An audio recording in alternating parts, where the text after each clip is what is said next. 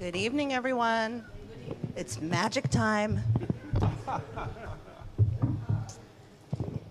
We'll begin with public hearings this evening. This public hearing is called to order on Monday, November 13th, 2023 at 6:30 p.m. at 1625 Ocean Avenue. The purpose of this hearing is to hear public testimony with respect to an application for full licensure for an adult use retail dispensary license at 1069 Flatbush Avenue. Let me add adult use retail cannabis dispensary. The Community Board 14 office received notification on November 3rd, 2023, and the State of New York allows 30 days should the board wish to express an opinion to the Cannabis Control Board. Originally, there were 3 applications for this location. Those 3 applicants have rescinded their applications secondary to an inability to secure a lease at this Flatbush location. The applicant before us is Empire Park Consulting, LLC, and had previously submitted an application to the board office for the same as Holistic Center, LLC. The representative for the applicant is Raja Amar. If members of the public wish to testify on this issue, you must register for time. Please sign up at the back table. Over to my left, please clearly state for the record your name, address, if you are a resident, or an organization, if you are a representative. The first speaker, if you choose to speak, will be Raja Amar. Right there.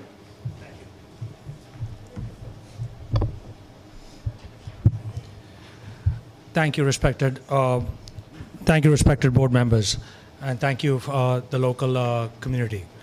My name is Raja Amar. I'm from Empire Park Consulting. I'm here for our location, 1069 Flatbush Avenue, which currently is a Metro store, and we've been operating about 26 Metro stores in Brooklyn. And given the fact that we're seeking an approval from you guys to see if we can turn that into a retail dispensary for cannabis. I'd like to see if there are any members of the public that wish to speak at this time regarding this application at this location.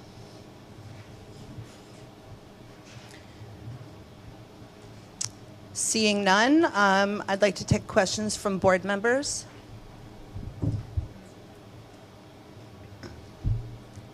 Please go ahead. So, Mr. Ahmad, good evening. Thank you very much for coming down. I have a few questions, and so the first one is the proposed establishment at 1069 Flatbush Avenue. That's not next door, but very close to a Duryea adult supportive program, and it's also close to a school PS 245. And so my question is, what policies will be in place regarding underage youth in the area, plus people who are seeking treatment for substance usage? That's my first question. Thank you. So the very first thing that we actually do is we have a guard that's outside that will actually take a driver's license to acknowledge the fact that they are over the age and they should be able to come in. So a driver's license copy is mandatory for you to come inside this dispensary. Thank you. And then I don't want to monopolize, so then the other question I have too is, if I remember correctly, Empire Park Consulting, it's currently like a Metro mobile store, and then...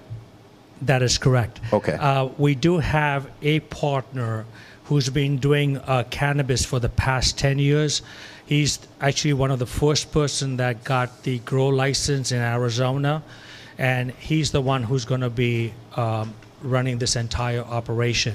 We do currently have a location in Atlantic City that was approved and is currently under construction. Thank you for that clarity. So my follow-up question is, what was the thinking behind switching from the mobile store to the cannabis dispensary then?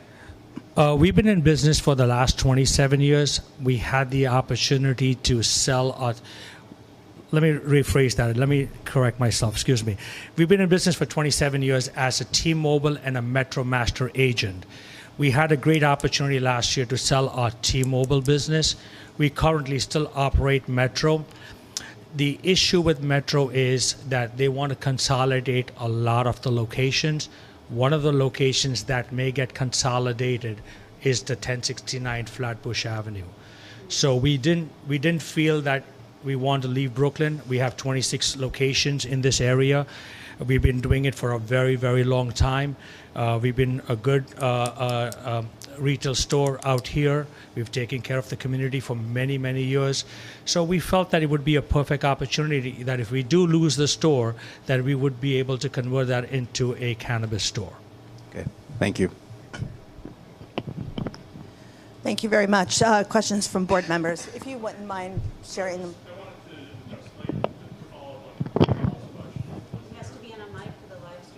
Yeah. So if you wouldn't mind sharing either the corner or... Carl, was your question addressed as far as the men's shelter?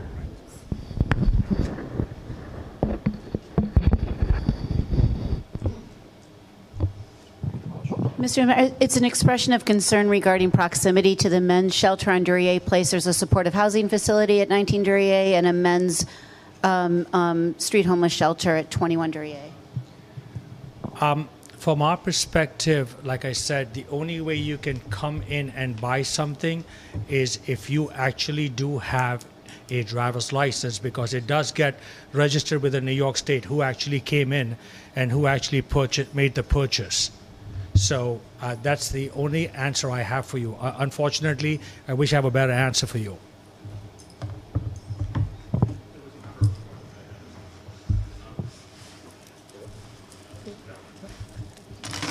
A member of the public, you have a question?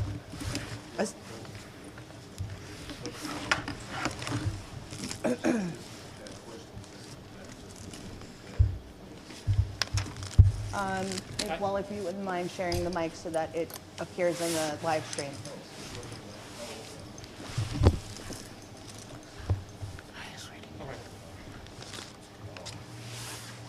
Well, my question first would be like, what is your background, or like, where are you from, or your racial background? My racial background? Right. I'm from India. I've been here in this country for 36 years. I'm a U.S. citizen. And what else would you like to know? That's the only question. I just would have can I make the statement now? Is that how it works? I'm sorry, I'm not particularly sure. Yes, and we might have comments to your statement. Go ahead. Okay, well, I am totally against this, and I feel like this is very racist that you can come to a community that, from by all accounts, is pretty much 70% black, and somebody in an area where African Americans and Caribbean Americans, most black people in general, have been over jailed for drugs and things of this sort, and somebody from India can come and open a weed shop in the middle of that neighborhood by a men's shelter, and I just feel like that's very predatory, and I don't think it should be allowed from anybody. And if it is allowed by somebody, I think it should be African American or Caribbean American or Jamaicans in particular who are able to profit off of these things. I think it's a very racist situation. I don't think in the neighborhood in India, I don't believe he would be doing this. I think it would be frowned upon if he was in his own community doing something like that. If I could offer some clarity about the process. So this application was presented as part of the general pool of applications. So prior to this application and the general pool opening, I believe at the beginning of October, all applications came from what's the CARD program, which is members of the community that were received a felony indictment for marijuana. Those permits were set aside for those group of people, and as you noted, they were mostly black Americans. So this application is from the general public, and I also want to say that there is another licensed dispensary very close to this one which was offered the license under card.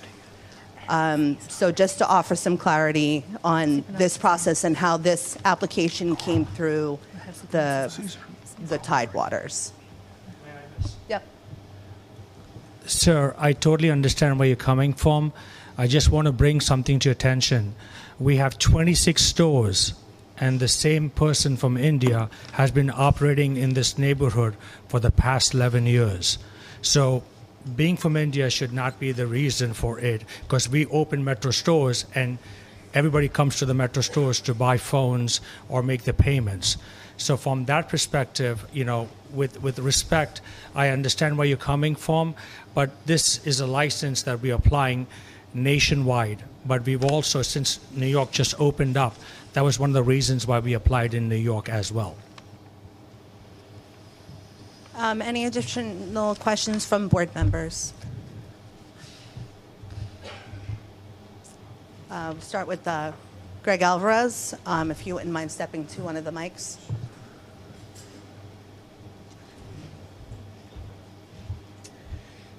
Good evening. The only question I had was, with this license, is the purpose of operating in this space exclusively for cannabis sale, or do you intend to continue other operations? That's all I wanted to know. The way the cannabis business works, sir, it's a locked down thing because there's a lot of cannabis stuff around. So it's everything just going to be only cannabis. This will be a cannabis store only.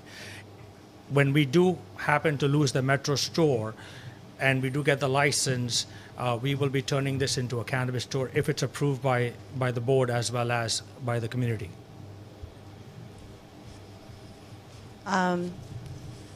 Board member Ed Sen, you had another question? You mentioned businesses in other states. Can you expand upon how many businesses that you're currently operating as far as relating to the cannabis industry? So my partner, Bill Abbott, who's in Arizona, is actually a grower as well as has multiple retail stores. We just got approved in Atlantic City. We're under construction there. We have another location in Jersey that's under approval process right now. This cannabis business becoming legal has just started. There's not a lot of dispensaries around the country, but it's just starting now. A lot of towns are beginning to open up the doors for the cannabis going forward. But being a grower, just to let you know, is pretty. It's not everybody is a grower. Opening a retail store is different than actually growing. Growing is a very, very tedious work, and it actually makes retail very easy. Thank you very much. One final question from District Manager Sean Campbell. Less a question, more to the point of the location details. Right next door to 1069 is 1067. It is called Smoke Zone, and it is an unlicensed smoke shop. There's a pre-K across the street, although I don't know if it's within the 200 feet. That would be the 200-foot rule. The smoke zone is definitely within 500 feet. I know that the state isn't counting the unlicensed places within the 500-foot rule, but I believe that this board is on record with expressing a concern about that. And do you know if there's going to be any work toward enforcing on the unlicensed place in order to make way for licensed establishments? I'll also note that this is the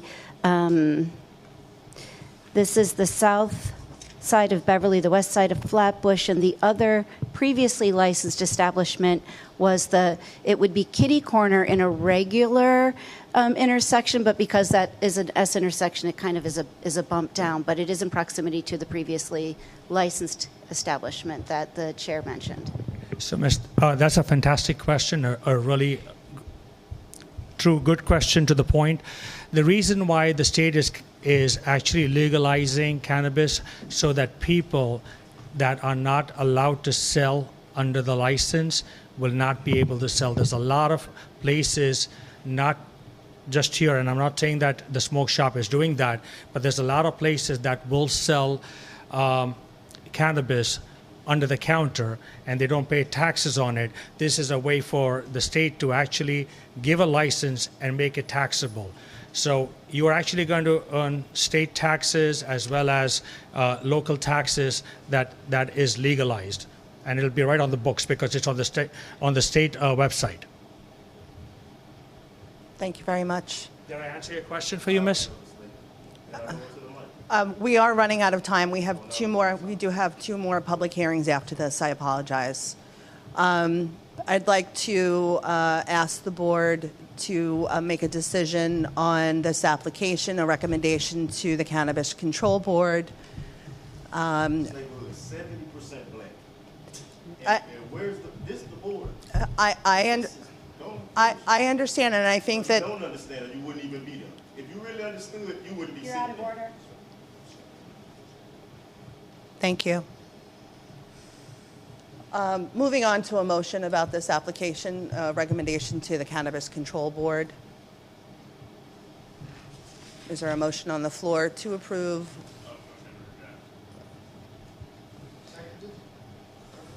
Okay, third. All those in favor of rejecting the application? The motion does not carry. If you would just put your hands up again so we can get a count on that. Thank you. I need, you have to do it by voice, because people might be raising their hands, I Okay. don't know they're board members. So we'll do a roll call on this motion. Okay. Wakil Ahmed. Is he not here?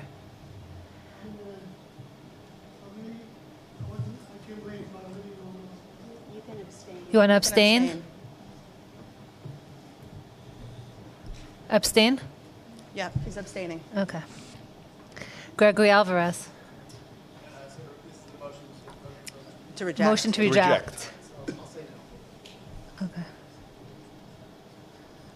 Hindi Benzel opposed. Benjamin Bennett.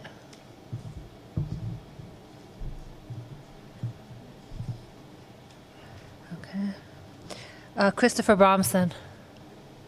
No, you're not rejecting. If you say no, you are voting down the rejection, okay? Just to clarify. Okay. Joanne Brown. No. Michelle Brunson. Edwardson. Yes. Carmen Sarabel. Henry Caesar. Yes. Okay. Florenza. Gedegin. Yes. Okay. Yvette Claire-Jean. Yes. Mark Cohn. Stephen Cohn. No.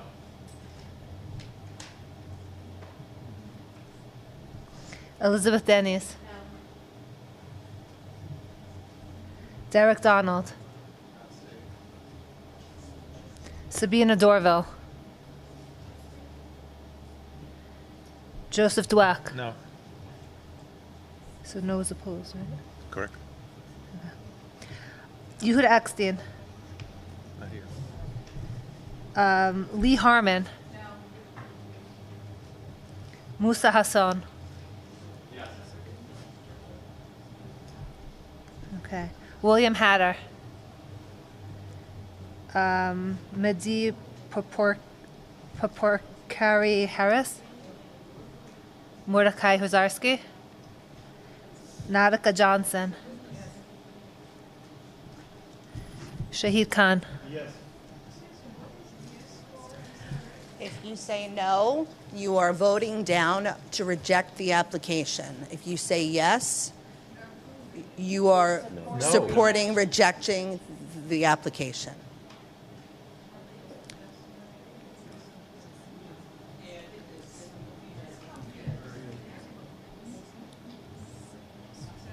Did anyone vote the wrong way? So, Okay, you know what? Should we just start again? Can we change it to? I can't change the motion. The motion is to reject the application. Seconded. If you say the word no, you are not allowing this motion to pass, right? So the motion is to reject the application. If you say yes, you are in favor of this motion, which is to reject the application. Does that make sense? Is there any additional confusion? Has anybody voted the wrong way? If you could quickly start again. Okay, I'm going to tear this up. Wait a minute. Okay. Are we starting again? Total? So Apparently there is confusion on how to respond to this motion. The motion on the floor is to reject the application.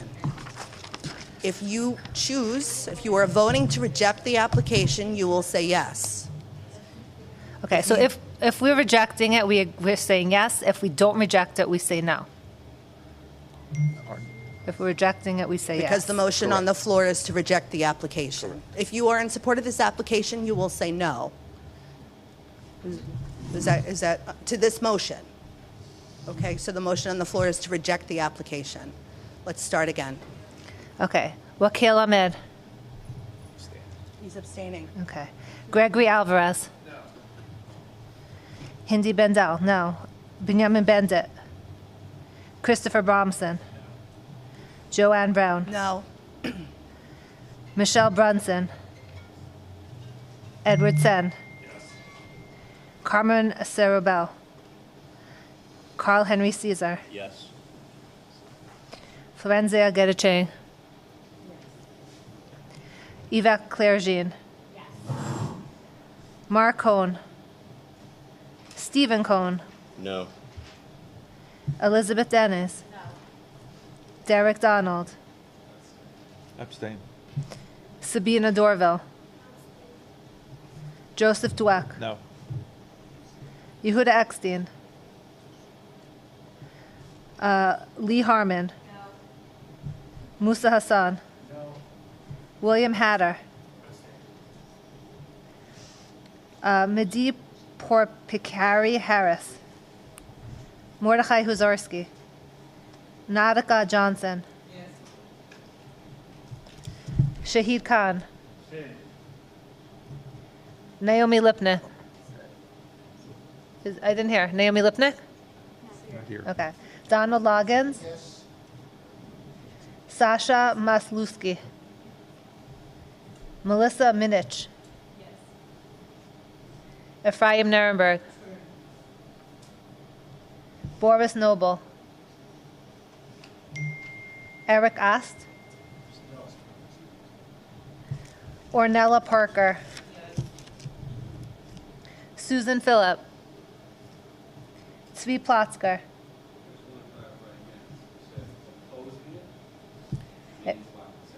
So the motion on the floor is to reject the application. So if you agree to reject the application, you will answer yes.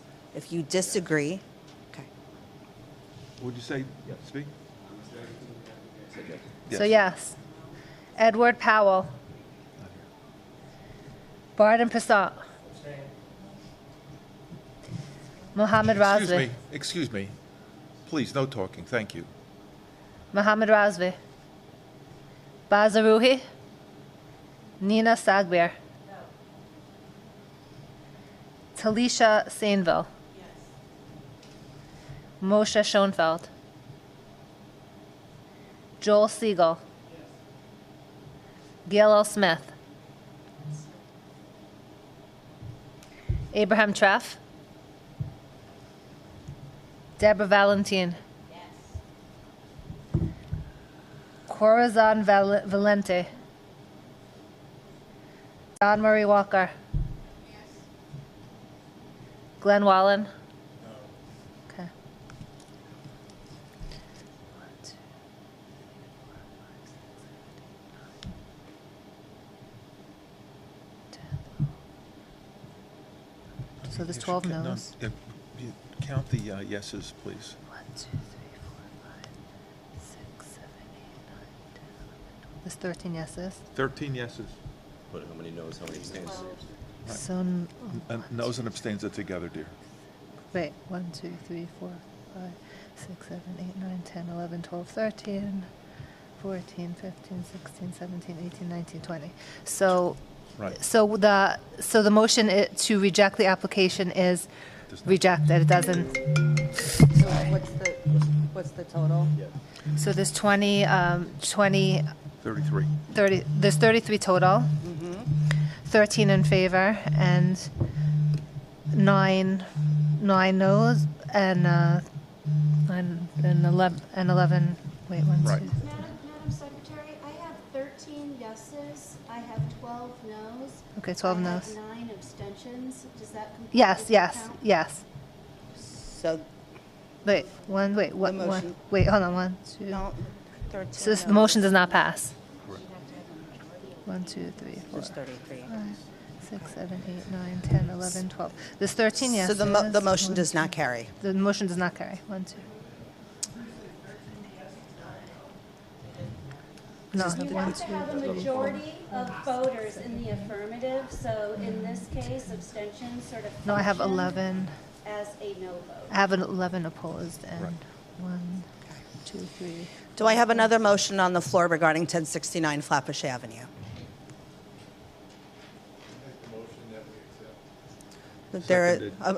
So there was a motion to accept the application, make the recommendations to the Cannabis Control Board in the affirmative, and that was duly seconded.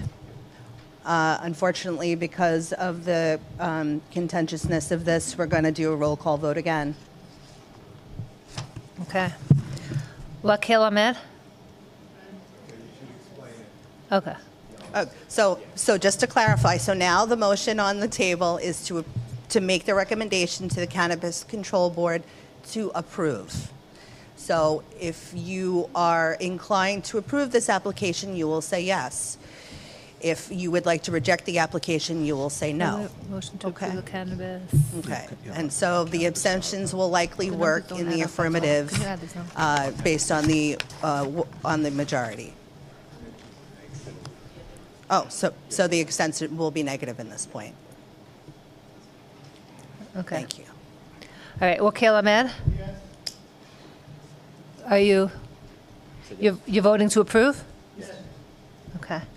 Gregory Alvarez? Yes. Hindi Bendel, yes. Benjamin Bendit? Christopher Bromson? Yes. Joanne Brown? Yes. Michelle Brunson? Edward Sen? No. Carmen Sarabel? Carl Henry Carl Henry Caesar? Thank you. No. Okay. Florenzia Gedaching? What? No, okay. Yvette Clerjean? Mark Cohn? Stephen Cohn? Yes. Elizabeth Dennis? Yes. Derek Donald? Sabina Dorville? Joseph Dweck? Yes. Yehuda Eckstein? Lee Harmon? Yes. Musa Hassan? Yes. William Hatter? Mehdi Porpakari Harris? Mordechai Huzarski? Nautica Johnson? Shahid Khan? Yes. Naomi Lipnick? Donna Loggins? No. Sasha Masluski? Melissa Minich? No. Okay. Sorry. Ephraim Nuremberg? No. Boris Noble? Eric Ost? Yes. Ornella Parker? No. Susan Phillip? Tzvi Plotzker? No. Edward Powell? Barton Prasad? Mohammed Razvi? Bazaruhi? Nina Sagbir? Yes. Talisha Stainville? No. Moshe Schoenfeld? Joel Siegel? What? No. Okay. Gail L. Smith? Abraham Treff? Deborah Valentine? No. Corazon Valente. Don Murray Walker. No. Glenn Wallen. Yes. Okay.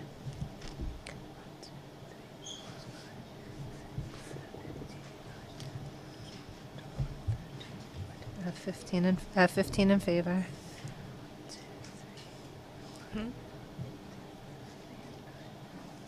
13 opposed. And 3 abstentions. So Announce it. it doesn't. Announce it. Okay. The motion does not carry. Tell them why. The vote was 15 in favor, 13 opposed, and 3 abstentions. Thank you, everyone. So ultimately, we will report to the Cannabis Control Board that the board was split on the decision. We'll let them know what the decision of both motions were. And they will take that as our recommendation as a split decision of this board. Thank you, everyone, for your patience. Thank you very much to the applicant. Thank you for the opportunity. Really appreciate it. This public hearing is closed at 7:01 p.m. Moving right on to our next public hearing. This is in regards to 872 Flatbush Avenue, also an adult use retail cannabis dispensary license. This public meeting is called to order on Monday, November 13th, 2023 at 7:01 p.m. at 1625 Ocean Avenue. The purpose of this hearing is to hear public testimony with respect to an application for full licensure for an adult use retail cannabis dispensary license at 1872 Flatbush Avenue.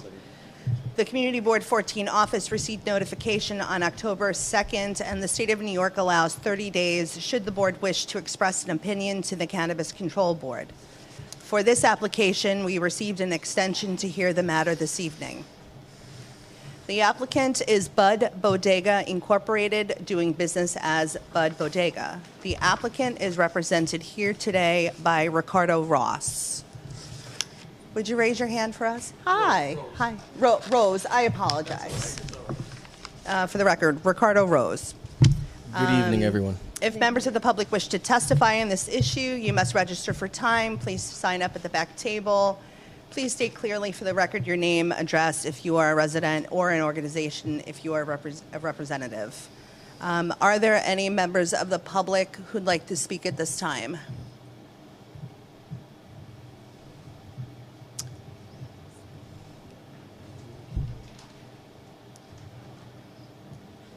You will? Okay. If you would just introduce yourself when you get over there. You have to go. Yeah. You have to be on the mic for live stream purposes. Hi, I'm Lauren Collins from the Church Flatbush Community Alliance, and I should have asked this for the prior one, but just curious, we help the businesses on Flatbush Avenue and Church Avenue, so this location is in the center of our district. I'd love to hear more about what hours and security for kids coming by. Erasmus is just a few blocks away, the Erasmus High School. Again, good afternoon, everyone. Just to address the specific question as far as security, no one is allowed in the establishment that is under the age of 21. We will have a security guard at the door who will check all IDs. Any patrons that do come into the establishment will have to have their identification checked.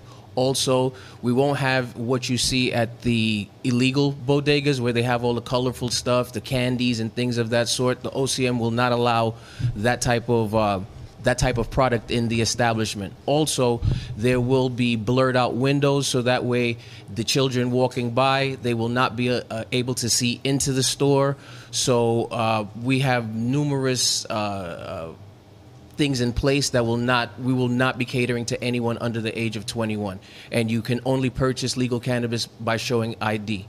Also, which is again a great question, in order for us to get the location, we had to prove to the OCM that we're more than 500 feet away from the school, more than 200 feet away from a house of worship, and we meet both requirements.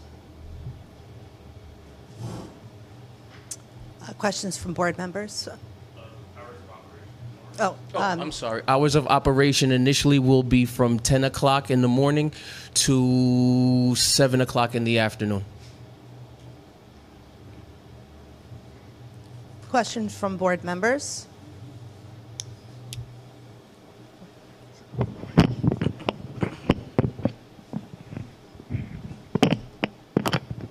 Thank you very much. You said your name was Rob, right?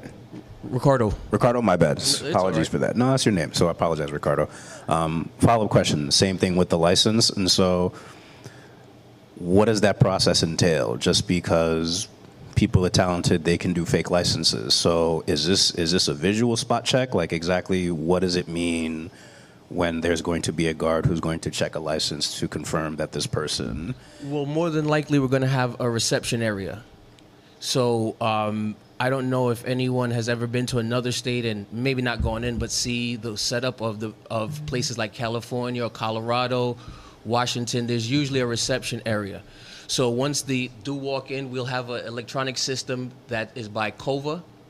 We will scan IDs into a system because one of the requirements is to actually retain that information and report that back to the OCM.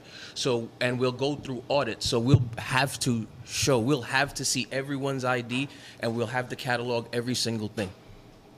Okay, thank you for that info. And so what this means then is if let's say I'm a 14-year-old who comes out of Erasmus and I walk by your store and I'm interested, I have to walk inside and decide to put in my ID for you to determine that I'm underage. No, right? you wouldn't make it past the door. There'll be a security guard on the inside of the door, and obviously we can spot a 14-year-old. I have a 20-year-old son, I have a 16-year-old daughter, and I have a 9-year-old daughter. Mm-hmm. So I personally will be on top of it as one of the managers. Okay, thank you. Additional questions from board members? Hudson.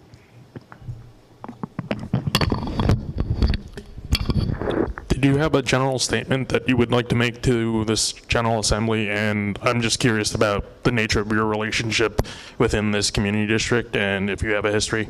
Thank you. Great question. This gives me a chance to really tell you who I am and who the owners will be. We're all from 11226. We all grew up on Martens between Bedford and Rogers.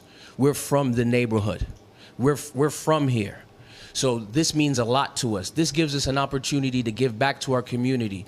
We sent over our community presentation. We have one. Okay, our website will be live soon. We'll have the community presentation. We have pledged 1% of the net profit back to the community to give back. I'm a financial advisor. I've spoken to a few organizations about doing financial literacy courses within the community. We've given out free book bags already. We've given out free school supplies. I could literally just go on, but these were things that we did prior to even thinking about getting a license, and these are things that we're continuing to do. So we're from the community. We would like to do business in the community. We will safeguard the community, and we will give back to the community. Thank you. I think one more question, 2 more questions, and that's it. We'll start with Nina Seb, Gear Board member. Over there, please.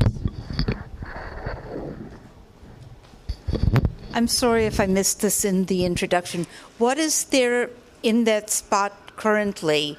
Because you said something about Bud's Bodega. Is that already an existing business there under doing something else? Or? There is an old shutdown restaurant in that location currently. That particular location has been dormant for about 3 or 4 years. Okay, thank you. You're welcome. I think it's one store down. Last question from Florencia Changachita. Sorry. I just wanted to know is this going to be a bodega as well, or is it a bodega?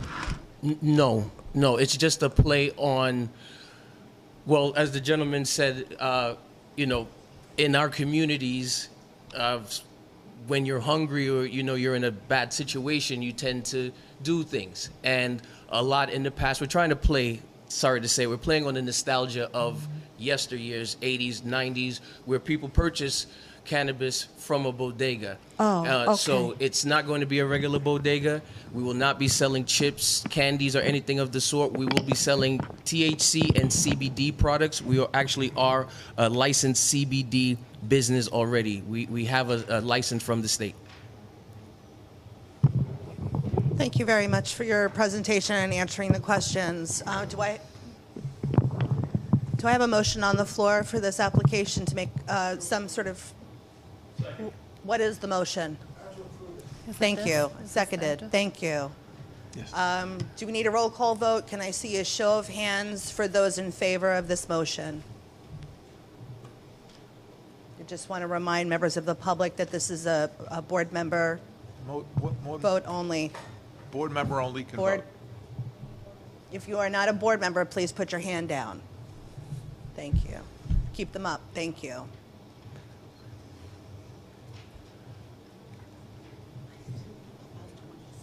Do you want a roll call vote? All right. Let's.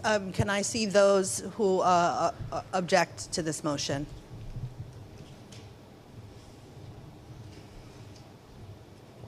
Four.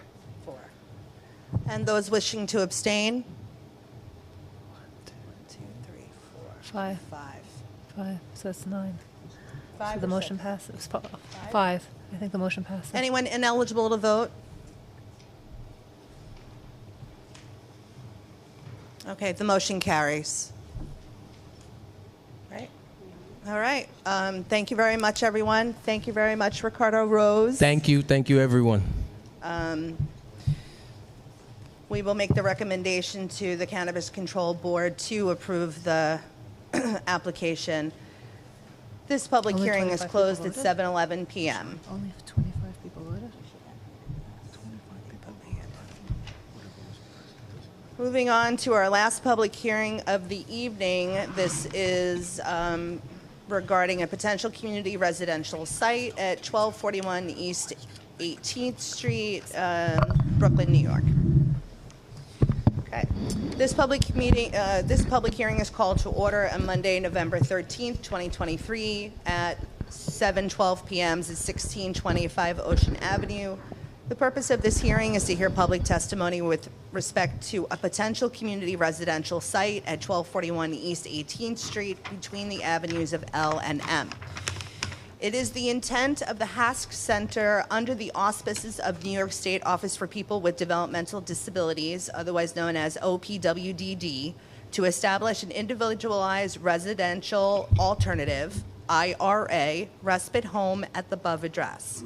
The proposed community residence will be located in a 4-family brick semi-attached home for up to 12 females aged 14 to 21 who are intellectually disabled, have a traumatic brain injury, or are on the autism spectrum.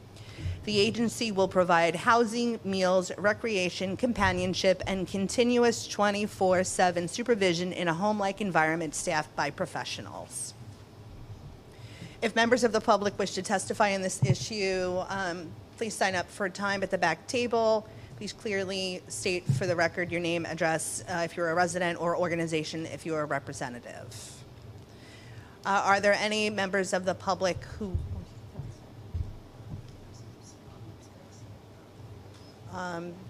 yeah, his name is Sarky Metzger.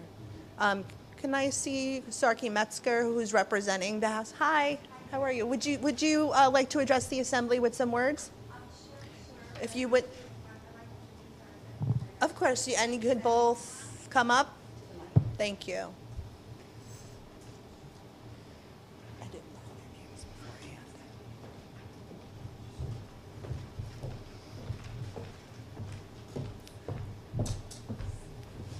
Good evening, everybody. I'm Samuel Khan. I'm the Executive Director of HASC Center. We are located at 1221 East 14th Street. And HASC Center was started back in 1963 as a school.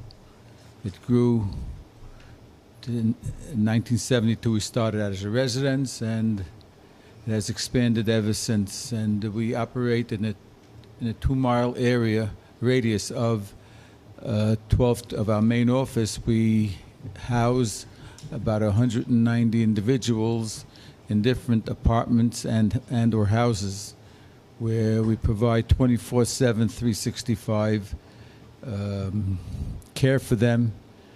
We provide, it's like a regular home. There's no signs in front of any home. They're in the community, quiet, and we take good care of them as if they're our own children. And the project that we plan to establish, to build on, East 18th Street is for 12 young ladies. It's a very big house. We plan to have 6 girls, 6 young ladies on one floor with private bedrooms, kitchen, dining room, living room, and recreation in the basement. Also, they will be staffed appropriately depending on their disabilities. Sometimes we have 3 and 4 staff members that staff them when they're awake. We have 3 people staffing them when they're asleep, just in case, God forbid, in case of an emergency, so they can evacuate quickly. We plan to do the same thing on the second floor. We'll have 6 bedrooms, living room, dining room, kitchen, and they'll be able to cook for themselves as capable as they are. If not, the staff will help out. We'll be having a huge basement since the house is a very deep house. We'll be able to have in the basement to have recreation for them, and they'll be part of the community. And if history repeats itself, the community will be inviting them to their own homes for a meal, or what we call in our religion a Shabbos or a holiday, because they find that these individuals like to socialize, and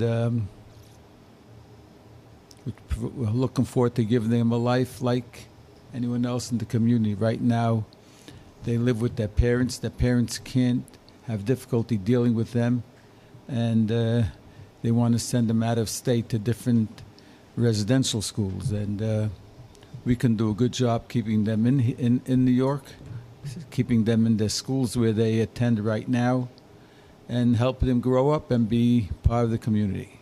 So we're looking for your approval. Thank you very much. Any members of the public that wish to testify at this time? Seeing none. Any questions from board members? Hi. Yes. Not really a question, but I just see the work that you do, and it's amazing, and I just want to thank you. Yeah. That's what we're here for. That's our goal. Thank you very much. Yes. Barden Prasant, board member.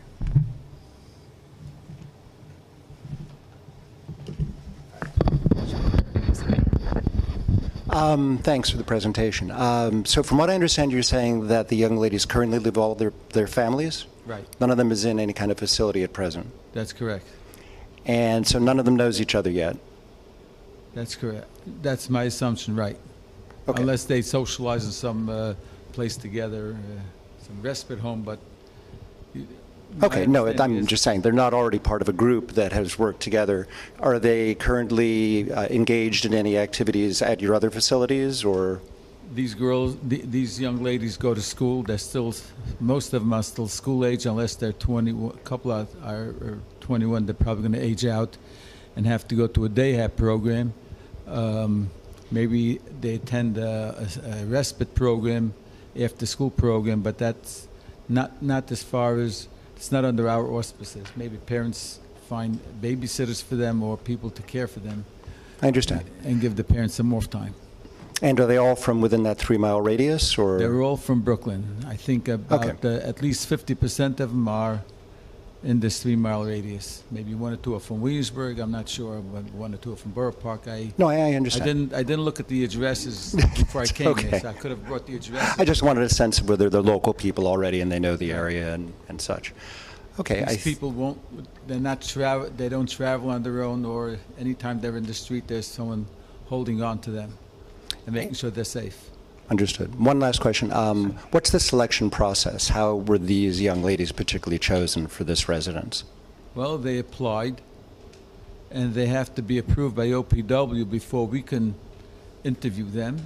And we try to select, like, the 6 of each floor I can't say that all exactly, their behaviors are all exactly alike. I understand. They're grouped by their needs and their age, according to behavior and their needs and their functioning abilities. Great. Thank you very much. You're welcome. Questions from board members? Carl, Carl Henry Cesar, and then Steve Cohen.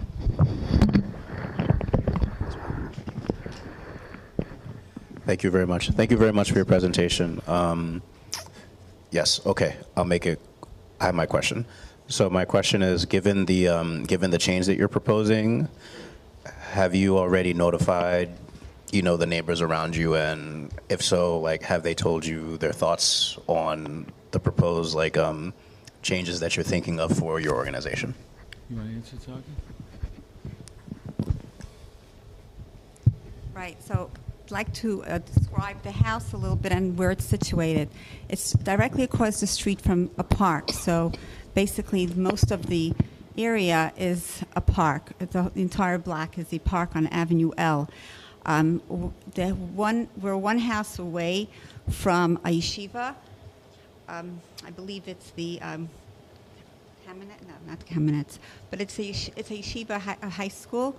And I have not approached the houses immediately next door, but we do intend to. And in addition to that, traditionally we have a neighborhood advisory committee that we ask the neighbors if they would like to be part of that particular house committee in terms of whether they have suggestions or if they have any issues, etc. They have direct connection to us. So if they ever have any questions or issues, they can certainly call us directly and not have to go through any sort of hierarchy and get to anybody. They have direct contact with me. I am in charge of developing this residence. I was looking for a house for quite some time because we needed a large house to accommodate these girls. And we feel very, very fortunate that we were able to find such a lovely house, and especially the fact that it's across the street from a park, and it allows them even more space to play and to have more space and air, is an ideal location. So we feel that this would be a wonderful neighborhood for them. It's near Avenue M. They have the ability to go shopping, to go for manicures, to go out to eat. It's just a wonderful neighborhood, and we're very excited about it. Thank you very much. Last question will be from Board Member Steve Cohen. Thank you so much. Carl, I had a very similar question, so thanks. Yeah, I guess you'll possibly simplify my question. I guess since you brought up the advisory council, I guess I'm just wondering if that's specific to this location or if it's combined with other locations nearby. And just because you have various locations already, what your experiences have been with regard to neighbors and interacting with community, and any positive or negative feedback you have from those experiences. Thank you. Historically, we've been very lucky in that we have good relationships with our neighbors. In fact, when I developed the first house, our first residence back in 1991, I believe it was, one of our neighbors became an employee of the home, and it was wonderful. Now, of course, there's like Mr. Khan mentioned, somehow down the path, the neighbors are usually extremely open and receptive to the individuals that live in our home. We keep a very, very clean home. I mean, OPWDD, the state agency that certifies our programs, they come unannounced to periodically. They arrive unannounced to our residences. So our residences are really spick and span clean. We have to adhere to safety requirements, fire safety requirements, lots and lots of requirements, and we've had very, very good relationships with our neighbors. Thank you very much. I'd like to move the public hearing forward for a motion. Motion to approve, duly seconded. That's what the questions were for.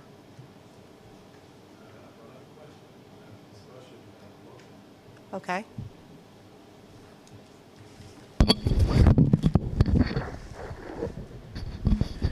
Hi, I generally like these types of services in the community, but since the community was not notified of this meeting, we have no idea if anybody is for or against it in the immediate neighborhood. So I am loath to vote in the favor under those circumstances. My understanding is that the only notification that had to be provided was to the community board, and this public hearing will serve for public comment. So that in the letter from Hask Center outlines what the requirements are of them, and that is the requirement to notify the community board, and such. We've held a public hearing.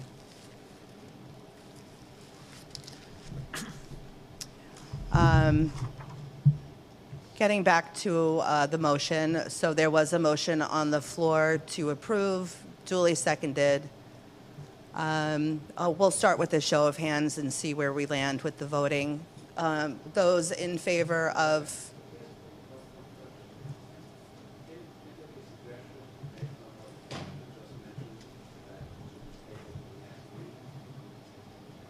I'm not sure. Can you tell me why? Because neighbors weren't notified? From the applicant, can you tell me, is your requirement to notify your neighbors? Is it a state requirement for you to notify the surrounding neighbors? I think what they're doing, what our board members are resounding around is for our special permits, there has to be a notification process to the neighbors about so really the only way that this application can be denied is if there is a saturation of residential homes of this nature. That is the only way that it can be denied by the state. And so I would say on the grounds of not notifying neighbors, and can you again just tell me, is it a requirement of yours to notify the neighbors? It depends on the community board's request, but we can do it anyway. We have no problem tomorrow or the next day. Print up a paper, send it to you for your approval, and then we can have it put into everyone's mailbox in the community or on the block. We're glad to do that. So then, based on the discussion here tonight, would the board prefer to approve with the condition of notification that the Hask Center send it to the surrounding neighbors? Would that suffice? Okay, so that would be now the motion that I am putting forth. Is there a second? Second. Okay. Duly noted. So let's start with a show of hands for voting. Those in favor of approving with condition of notice? Okay. Those who object to the motion? Seeing none, those wishing to abstain? 1, 2, 3. See 2 abstentions and 3? 4. Raise your hands high, friends. Can't see you. 1, 2, 4. I see 3. Who's the fourth? Who's the 4th? Okay, 4. 4 abstentions. Okay. And anyone wishing, anyone ineligible to vote? How many were in favor? Everybody else. None. Okay. carries. A motion passes. Thank you very much, and we look forward to getting that letter from you. We will do that. Thank you very much to the entire crowd here and to the board. Thank you. Thank you, everyone. I didn't write the time on any of them. This public hearing is adjourned at 7:29 p.m.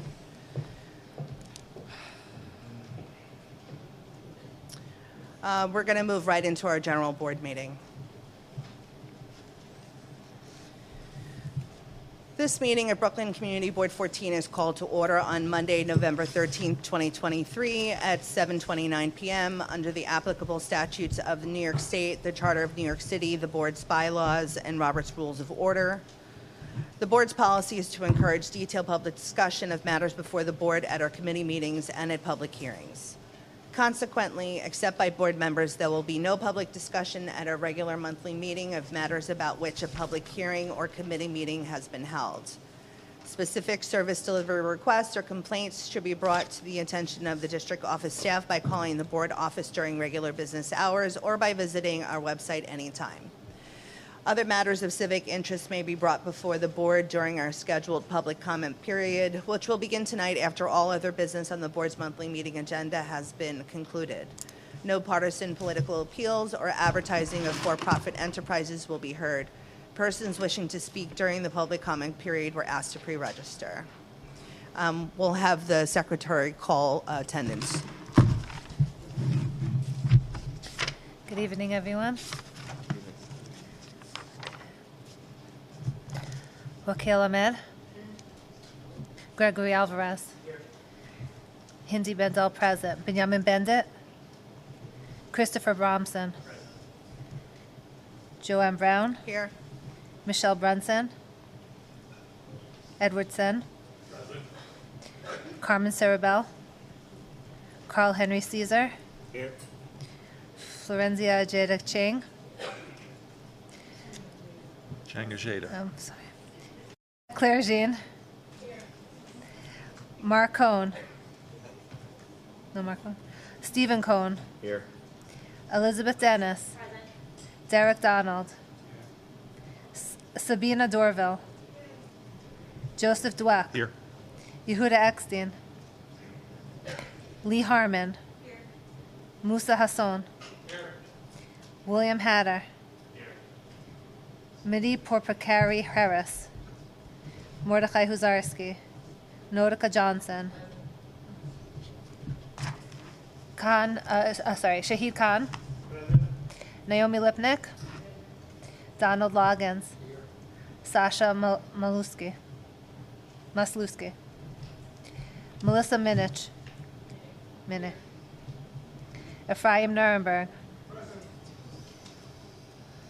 Boris Noble. Eric Ost. Ornella Parker. Susan Phillip. Tzvi Plotzker. Edward Powell. Barton Prasant. Mohammed Razvi. Baza Ruhi. Nina Sagbir. Talisha Sainville. Moshe Schoenfeld. Joel Siegel. Gail L. Smith. Abraham Treff. Deborah Valentin. Corazon Valiente. Don Mary Walker. Glenn Wallen. We have a quorum. Thank you very much, Madam Secretary.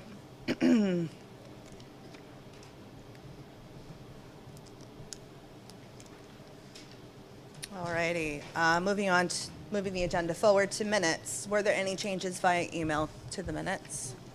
Are there any changes from the floor regarding the minutes of the October 2023 general meeting? I see a hand. Okay. You believe you were, or Signed affidavit. Okay. we will correct. Well, we will make the correction. Any additional corrections from the floor? Do I have a motion to approve the minutes with the correction of adding Steve Plotzker to the attendance record? Motion to approve. I believe I'll second it. Well, thank you very much. And it's been thirded. All those in favor? Aye. Anyone opposed? I don't think there's going to be an abstention, thanks. Moving on to the district manager's report. Now we're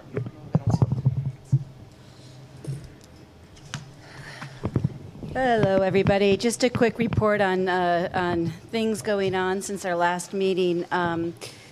I attended a couple of Future of Community Board meetings. We are having a lot of discussions about cannabis applications and some of the lack of guidance that applicants are getting from the state and boards are getting from the state. And we're fortunate to have applicants who are willing to come before us and a board who will engage with them.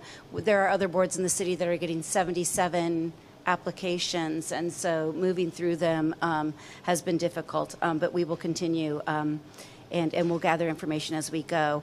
Also had a meeting with the Civic Engagement Commission regarding our request for language access support, translation and interpretation services. and it's moving slowly. We're trying to gain momentum and support for this, and they are working on a citywide basis to support this request, and provided a survey results of things that we already knew, but it was useful to see it enumerated. Attended the 70th Precinct Community Council, and district managers across Brooklyn met with the Brooklyn Borough President's staff last week as well. I am super excited to announce that we did get a planning fellow. Their name is Paige Kloss, and they are from the New School University, MS candidate in the environmental policy and sustainability management, who will be working on our flooding concerns. I just met with them today, and they're going to be at, and this is my segue into an announcement that you might hear again. I hope I'm not stealing anybody's thunder, but they'll be present at tomorrow night's town hall that was organized by and is being hosted by Councilmember Rita Joseph. That is from 6 to 8 at PS 217, where a number of agencies, the staff in Rita's office did a great job putting together an excellent panel. So you will be encouraged again later, I suspect, but I'm encouraging you as well. And I look forward to meeting Paige in person there. And I will leave it at that and see you all tomorrow night. Thank you very much, District Manager Sean Campbell. To the applicant who was at our public hearing, I just want to say welcome. You were welcome to stay in the meeting. You are not required to stay. So I just wanted to, I don't want to keep you because we're going to be here a while. Let you off the All right, yeah. Thanks for staying. Thank you. I see that we have Assembly Member Brian Cunningham with us. Would you like to address the Assembly this evening? We have the mic over there.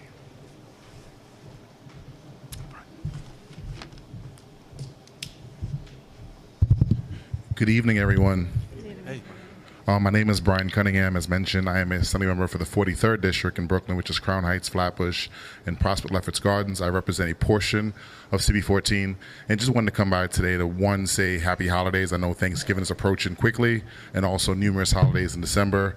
My wife and I are expecting our first child this Sunday, so this is likely the last time I'll sneak out the house for a community board meeting till the new year.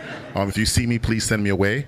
But also just to give you guys some quick updates in our office, over the last 3 months, we've held about 4 town halls throughout the district, one in Crown Heights, one in Prospect Lefferts Gardens, one in Flatbush, and then one regarding the Vital Brooklyn project that is happening on the other side of the district, just to kind of keep residents updated, informed, and particularly trying to take a more nuanced approach to hyper-local government. I appreciate this community board. Obviously, I was a member of this board, so it's good to be back. When you call a roll call, I almost said aye on one of the votes, and remembered I wasn't a member anymore. But certainly, I think the approach of making sure that we're listening to the voices of people as we get ready to go to Albany is critically important to me and to my staff. I see Principal Parker here as well, who hosted this week in our office, our education roundtable. This session, we're putting together a package of 10 bills, which is focused on education. It's called the New Deal on Education. We're putting out an op-ed in a couple of weeks and some information on that. I'll be sure to make sure the community board gets a hold of those bills, as well as some bills on environmental and sustainability. Thank you, Chair Brown, for a lot of your recommendations. Again, always look to our office as a partner on a state level. Session will begin again in January. We go through June. Oftentimes, we are not down in time to catch these meetings because of the calendar. These meetings are on Monday. We're typically in Albany from Monday through Thursday, but our office is willing, able, and ready to work with you and your issues that are state or city or federal related. Our office is located at 249 Empire Boulevard on the corner of Rogers and Empire, and our phone number is 718-771-3105. If you do not get our emails and you would like to get our emails, we send a weekly blast. You can text D43 to the phone number 66866. If you don't want to get a weekly email, I won't be offended. We will send information to the community board. Thank you so much. Happy holidays to everyone. I am going to run out to Precinct Council 77, so I am not leaving because I don't want to stay, but I'm leaving because there's several meetings happening in the community. But thank you all so much, and have a good night. Thanks, Brian. Thank you very much, Assemblymember Cunningham, and thank you for bringing this splendid personal news. Congratulations. Positive. I'd like to acknowledge that Inspector Bruce Separano is here, Commanding Officer of the 17th Precinct. Would you like to address the Assembly? And I'd also like to acknowledge that Detective Scott Nizzi is here from the 17th Precinct. Thank you. Good evening, everybody. I'm Inspector Bruce Separano. I'm the Commanding Officer of the 70 Precinct. Thank you for having me here tonight. Obviously, as the conflict in the Middle East unfolds, we're very aware in the NYPD that everybody is on edge throughout the community.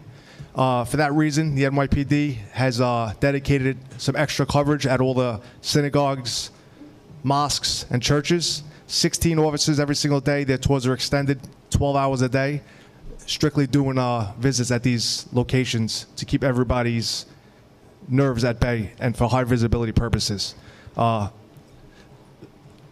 We also have to keep an eye on, obviously, overall crime in the 70 Precinct as this unfolds. You know, the NYPD wear many hats. For the year, in overall crime, we're down 12% in overall 7 major index crimes, and we're down 7% when we compare it to 2 years. Specifically, shootings, robberies, and burglaries, we're at historic lows right now in the 70 Precinct. When we compare it for the year, the 2-year, the 5-year, and the 30-year, those 3 categories have never been as low as it is, thank God, today. And what goes hand in hand with that, gun arrests and narcotics arrests, historic highs for the year, 2-year, 5-year, and 30-year. That's not to say that we're perfect. There's still a lot of issues out there that need to be addressed. I'm just going to talk real quick about a troubling stabbing that happened the other day by Morrow of a juvenile. He was stabbed and one of his lungs collapsed. Obviously that should not have happened, but I'm happy to report that we did make an arrest of an individual for that case. But I'm here for any other questions. Thank you for having me. Have a good night, everyone.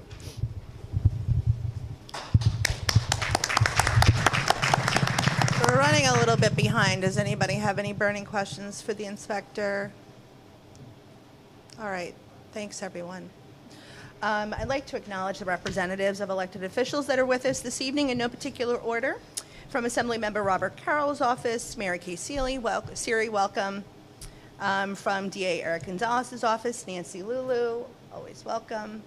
From Borough President Antonio Reynoso's office, Eileen Mulaney Newman, thanks for being here. From the Church Flatbush Community Alliance, Lauren Elvers Collins. From the 17th Precinct Community Council, President Ed Powell. And from East Midwood Jewish Center, Wayne Rosenfeld. Thank you for hosting us tonight. Where is he? And if I missed you, it's because I can't see you. And I do see you, Brian Grady from Councilmember Rita Joseph's office. Thank you for being here. Anyone else that I missed? Ah, there you are. From Councilmember Farrah Lewis's office, Abraham Malakowski. Thanks for being here. All right, I think I got everyone. Moving on to the chair's report. Good evening, board members. So our public hearings that we heard this evening. With respect to the adult use retail cannabis dispensary at 1069 Flatbush Avenue. A public hearing was held on November 13th, 2023 at the East Midwood Jewish Center. The purpose of this hearing was to hear public testimony with respect to an application for full licensure for an adult use retail cannabis dispensary license at 1069 Flatbush Avenue. The state of New York allows 30 days should the board wish to express an opinion to the Cannabis Control Board. The applicant for this location was Empire Park Consulting LLC, and the representative for the applicant was Raja Amar. Board members in attendance were split and unable to come to consensus with regards to this application. Most of us were here for that public hearing. Will there be any additional discussion regarding this application here tonight? Okay. So do I have a motion to ratify the fact that board members in attendance were split, unable to come to consensus with regards to this application, and that will be reported to the Cannabis Control Board? Thank you. All those in favor? Aye. Anyone opposed? Anyone wishing to abstain? Anyone ineligible to vote? Thank you very much. Moving on to our second public hearing, this is in regards to an application for full licensure for an adult use retail cannabis dispensary at 1872 Flatbush Avenue. A public hearing was held on November 13th, 2023 at the East Midwood Jewish Center. The purpose of this hearing was to hear public testimony with respect to an application for full licensure for an adult use retail cannabis dispensary license at 1872 Flatbush Avenue. 872, sorry. I added a little extra number there. The state of New York allows 30 days should the board wish to express an opinion to the Cannabis Control Board. The applicant for this location is Bud Bodega Incorporated. The representative for the application was Ricardo Rose. The recommendation of board members in attendance was to approve the application. Is there any further discussion about amongst board members regarding this matter? Seeing none, do I have a motion to recommend to the Cannabis Control Board approval of the application? All those in favor? Aye. Anyone wishing to object? One objection. Two objections. Anyone wishing to abstain? And anyone ineligible to vote? Thank you very much. Motion carries. With respect to the potential community residential site, this public hearing was called to order on Monday, November 13th, 2023 at 1625 Ocean Avenue. The purpose of this hearing was to hear public testimony with respect to a potential community residential site at 1241 East 18th Street between Avenues L and M. It is the intent of the House, centered under the auspices of New York State Office for People with Developmental Disabilities, to establish an individualized residential alternative respite home at the above address. The proposed community residence will be located in a 4-family brick semi-attached home for up to 12 females aged 14 to 21 who are intellectually disabled, have a traumatic brain injury, or on the autism spectrum. The agency will provide housing, meals, recreation, companionship, and continuous 24/7 supervision in a home-like environment staffed by professionals. The recommendation of board members in attendance was to approve the potential community residential site with the condition that notice be provided to the surrounding neighbors and such notice be delivered to the community board office. Will there be any further discussion from board members regarding this matter? Seeing none, do I have a motion to recommend approval of the potential community residential site with the stated condition at 1241 East 18th Street? Second. All those in favor? Aye. Anyone object? Anyone abstaining? 1, 2, 3. 3 abstentions. Anyone ineligible to vote? Thank you, everyone. Motion carries. Moving on to the Borough Board report. On Thursday, November 2nd, I was not in attendance of the Borough Board meeting. I want to thank District Manager Sean Campbell for being the designee that evening and attending the meeting. And these are her words that I will be reading. On Thursday, November 2nd, a Brooklyn Borough Board meeting and public hearing was held. General Counsel Lewis urged boards to schedule presentations on the City of Yes for economic opportunity. The first order of business was a public hearing on the proposal submitted to the Prospect Park Alliance.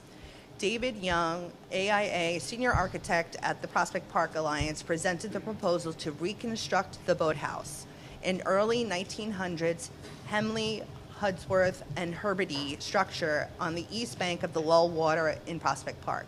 The reconstruction will include repair of glazed spalls, replacement of lead joint covers at upward-facing joints, resetting displaced terracotta units, repointing mortar to match historic intent.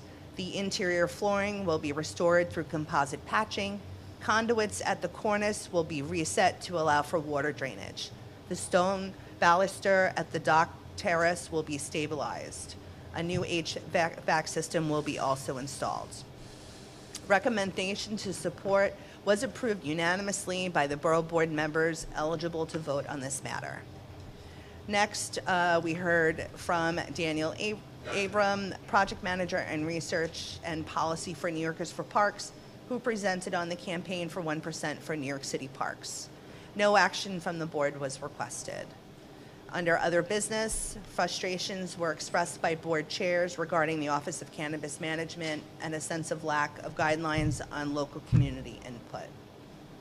Lastly, a representative from Councilmember Avila's office queried the Borough President's staff about a lack of grievance process for board members. This question was also raised by a staffer from Councilmember Hanif's office, prompting Mr. Lewis to propose the establishment of a grievance procedure for board members through the office of the Borough President. The matter was tabled until the December Borough Board meeting. And I'll just give you a quick announcement from Borough Hall, and then I want to circle back to that. There will be a virtual community board member workshop called Reviewing Landmarks Preservation Commission Applications, and that will be on November 16th, 2023, from 6 o'clock to 7 p.m. virtually. I believe the link to that meeting is on our website. So I'd like to take a minute and have a discussion regarding board member grievances, since it appears this will be an agenda item for the December Borough Board's meeting. The first question I raise is, how would board members like to proceed with grievances? And we're talking about internal grievances, okay? Is it the wishes of the board member that we have an internal board process? Or shall matters of this type be brought to a third party, such as the Borough President's office? Just let me finish for a second. So just a reminder that community boards are considered autonomous city agencies. And I think that's important to keep in mind as we just have this brief discussion about it. And I want to have a discussion because I want to be able to make an informed decision at Borough Board when this is opened up for discussion again and possibly voted on. So I'll take a couple of comments. I'll start with Board Member Glenn Wallen.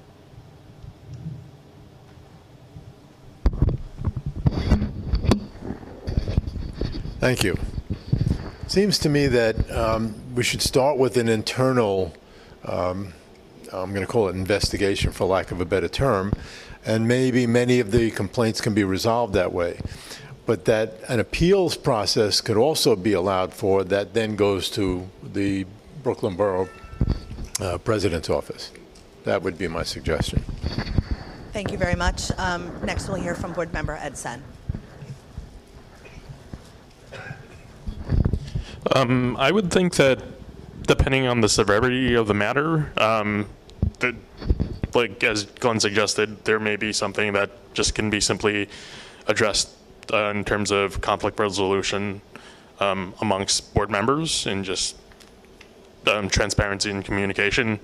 But if grievances were to go before the Borough President's office, is this, how would this matter be handled? Is this going to be adjudicated by the Borough President's office, or is this going to be, or who will be the arbiter? So that's just my concern there. Thank you. I don't have an answer to that question because the matter was tabled. So I think that brings up both an internal process that needs to be developed within ourselves, and then also there will have to be a process developed by the Borough President and how they would go about dealing, and whether or not they would be mediators or adjudicators. So again, this was something that was brought up as other business, started as a discussion, and several chairs asked for it to be tabled so that we can come back to our respective boards and have a discussion. And I want to thank both of you for your comments. Others? Yes. Board Member Musa Hassoun. This is a question sourced from ignorance. What does a grievance on a CB even look like? I don't have a. Oh, is this, yeah. So am I have to clarify? In the case, well, But and you might know too, because you go to a lot of board meetings. But in the case that it was brought up by the first representative of the council member, there was a board member that felt like they weren't being heard by the chair or the executive committee. Just as an example, that could be as large as embezzling funds or misappropriation of funds, for example. But it could just also be just a dispute between board members and or a disagreement. So it can vary. I think we can take one or two more comments. All right. Yes. Excuse me, I don't see a disagreement between board members is something that happens normally. That's not something that's a need for a resolution. I think that something resolution would be if there's something unfair that somebody didn't understand, that might be. But a disagreement, we all disagree. Always. Let me rephrase that. Maybe central harassment or targeted, it could be a variety of things that would qualify under EEO policy. Okay. So we're very fortunate to have amazing leadership on this committee, and thankfully we haven't seen anything like that. So. All right. So yes. Go ahead. Yeah.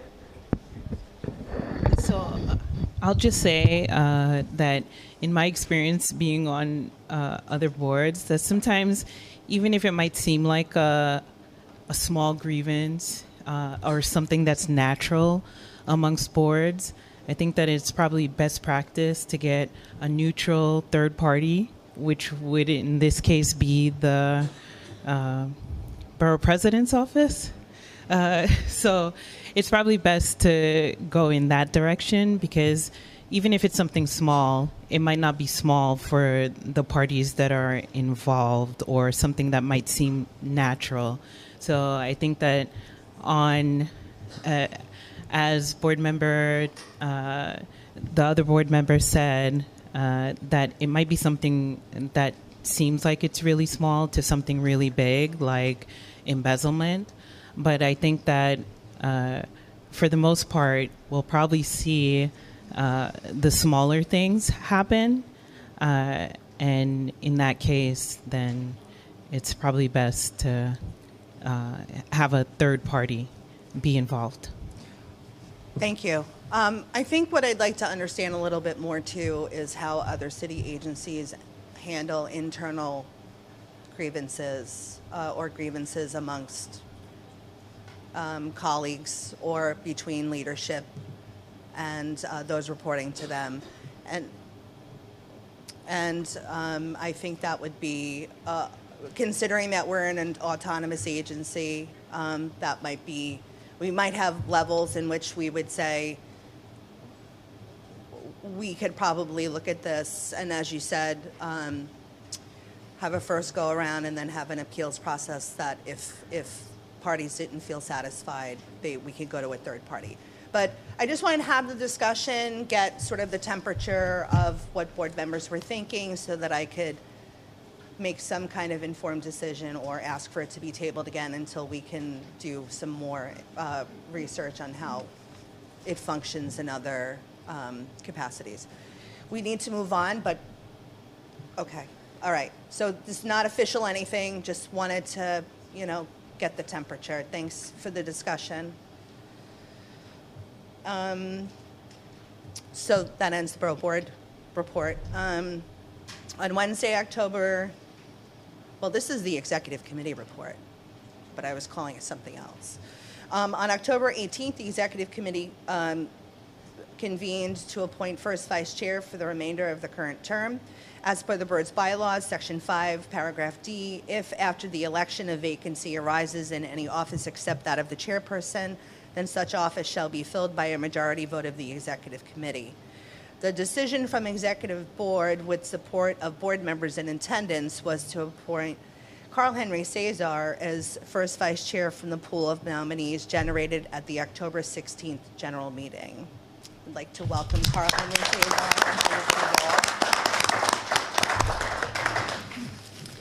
The appointment of Carl Henry Cesar to the role of first vice chair left a vacancy in one of the member-at-large positions on the Executive Board.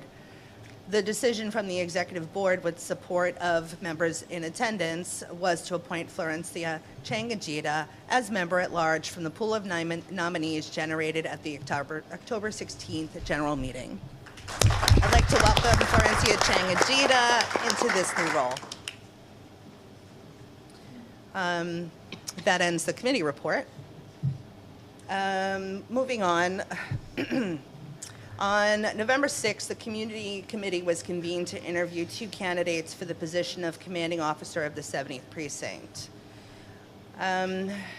There seems to be consensus among our partners, such as the 70th Precinct Community Council and the 70th Precinct Clergy Council, that given the unrest in the Middle East and the many sensitive religious house of worships throughout the district, a change in leadership is undesirable at this time and should be temporarily delayed. To that end, I drafted a letter to Chief of Department Madry expressing the same. I also offered that we fully support Inspector Inseparano's professional goals and would hope that the leadership position he will be assigned to would still be accessible if the change of commander is delayed. Are there any questions from board members about this letter to the Chief of Department?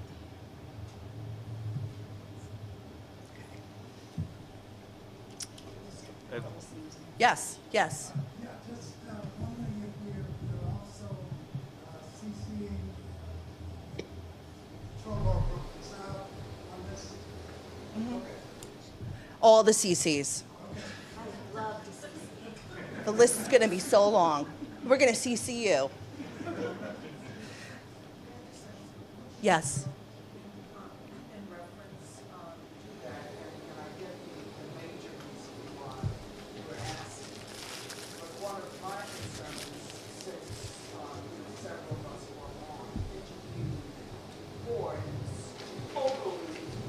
Organized and everything, in my opinion, the 2 candidates, sorry, weren't ready for prime time. So I would also, like that, to get the opportunity to view others in addition to those 2 I got a lot of reports from Sean and all of the conversations that she had with the partners and the stakeholders. And this letter is just separating out the timing of it. And then what I'd like to do is write something a little bit more just focused on the applicants and the process, similar to what we did during the interview process when we had the Zoom meeting, and do request that we see additional applicants. So that will be a separate letter or a resolution, depending on the timing that we would like to carry this. I'm getting a sense of urgency, so perhaps it will just be another letter. Not to bombard them with letters, but we wanted to separate out the 2 issues. Yes. Yes, I got a glimpse of those. Board Member Barton Prasad.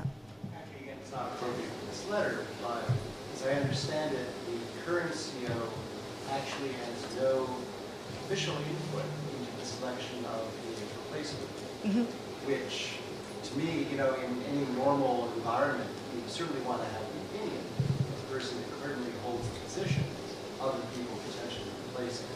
So, when we do have an additional discussion as to what changes have been made in the procedure, which I gather has already changed like 3 times in recent years, we should, cast the net further afield to make suggestions on how it can be improved, certainly from our perspective. Sure, and we can highlight that we think that succession, the opinion of the successor matters. But we should also focus on what is within our scope as the community and the community committee. So, NYPD has their process in which they work internally, and so we can comment on that somewhat, but we should really make the meat of everything be about how the community wants to be involved in a meaningful way. Okay. All right. So that ends the chair's report. No? Oh, okay.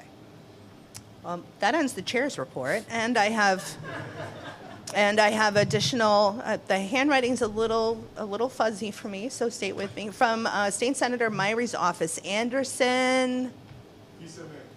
Fisamer. Nice to meet you. And from NYPD Police Commissioner's Liaison Unit, Detective Felicia Richards. Hi. Welcome. All right. We're moving on to topical committees. Who's excited? This means we're moving along. First report is going to be from Community Safety Committee.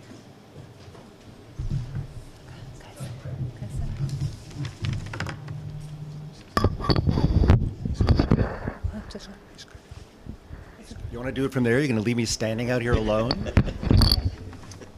Thank you. Sorry, guys. I fasted today, so I'm a little bit off my game. So, good evening, everyone. So we had a meeting. We had a safety committee meeting on October 24th, and we had the pleasure of having Inspector Bruce Cipriano. And he basically, well, he already spoke today, so he's told you a lot of what he said, but he said that crime is down 12%. At the meeting, I think it was 11, so was that stabbing that made it go up to 12? So it's also down 45% over a 2-year period in all areas, and 89% down over 30 years, which is amazing. There was a question about the mail phishing, and that has gone down significantly. There hasn't been any mail phishing for the past couple of months. So the 7.0 monitors all city complaints like noise and parking and all kinds of things. And the 7.0 is number 2 in the city, so thank you for taking all our complaints. And also the detectives in the 7.0 have the highest rate of closing cases in the entire city. Okay, so regarding the conflict overseas, it has a real-time effect on our community. There are 150 synagogues, 20 yeshivot, 30 churches, and 11 mosques. There is no specific threat to our religious institutions. However, there is very high visibility. As Inspector Cipriano said, there are 16 routines, right, the extra routes going on. And so there's a lot of police presence, which is preventing crime. So thank you again so much for protecting us. So our 7.0 is patrolling all our religious institutions to keep us safe, and we so much appreciate you guys. So Detective Nazi spoke about the youth programs, and he's talked about the Saturday Night Lights, which is a weekly event at every single precinct. And you could register at the site of the precinct. You go down there and you fill out a registration form. It's run by the New York City Department of Youth. And the 7.0's, the CB14 site is the YMCA at 1401 Flatbush Avenue. And there are 2 groups. There's a group of age 11 to 14, which is from 5 to 7 p.m., and ages 15 to 18, which is from 7 to 9 p.m. And the YCOs and NCOs go and play with the kids at these events. There's another youth program called the Explorers Program, which you could sign up also through the precinct, and it's from ages 13 to 16. It's weekly, and it's based on availability. And so they meet according to everyone's availability, and the YCOs go in there regularly. And then there's also the Coburn Park, which is a mayor's initiative, which is only during the summer on Wednesdays, and it's from 5 to 7. And it's you don't need to register. It's basketball games. You can just show up there, and when it gets closer, there'll be Twitter broadcasts. So then people will know about it and be able to just go there. You don't have to register in advance. There was also Breaking Bread initiative that was the mayor had a big meeting, but then there was another smaller meeting for our district, spearheaded by Inspector Cipriano, Detective Scott Nuzzi, and Edward Powell. Councilman, thank you so much. And basically, it's a sit down with people from different cultures. It's an interfaith meeting, and you get to talk about the different issues, and try to form a camaraderie and try to solve. Try to be able to speak about what our issues are, what our concerns are, and get together because we are a community and we all want to get along as a community. That covered most of it. So for our meeting, we only had two other agenda items. The first was a review of the community safety budget requests. Basically, I just peppered the inspector saying, oh, these are the things we want. Are you good with these? And he basically said, yep, good with all those. Not a problem. We're totally in agreement. And then the third agenda item was potential future agenda items. One that's been of interest to me, because I was also chair of transportation, is that general traffic enforcement has been frustrating, where NYPD and DOT seem to feel that each of the other is more responsible for issues like double parking on Flatbush or so we're going to put together a combined meeting between transportation and community safety where we're going to specifically focus on that. And also, while discussing transportation, e-bikes. Oh my goodness, people wouldn't stop talking about e-bikes and the safety or lack thereof. So it became very apparent we're going to have another agenda item on some future meeting from NYPD on traffic enforcement regarding e-bikes, and then also we're going to invite FDNY to come and brief us on the battery issue. If you could hurry it along, I apologize. We're really running I'm late. so sorry. Thank you. Okay, sorry. I wasn't as brief as I should have been. It's not him. He's being brief. One other thing then, on November 2nd, we had an interfaith meeting which was convened by the 7-0 and the Community Precinct Council, thank you, Ed, where the leaders of the churches, synagogues, and mosques were in attendance to basically just let everybody feel that everybody's listening to everybody else. And that one consensus is that it seems to be maybe a number of the youth in our neighborhood who are disaffected, who seem to be perhaps at the core of some of the problems we've been having, and so all the various groups have vowed to sort of focus on that. Sorry, apologies, That's goodbye. Okay, thank you. And all of our meetings are on YouTube.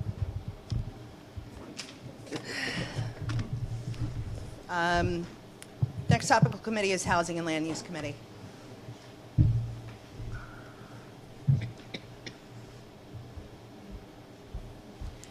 Hello again. My name is Talisha Sainville, and along with Gregory Alvarez, we are the co-chairs of the Housing and Land Use Committee.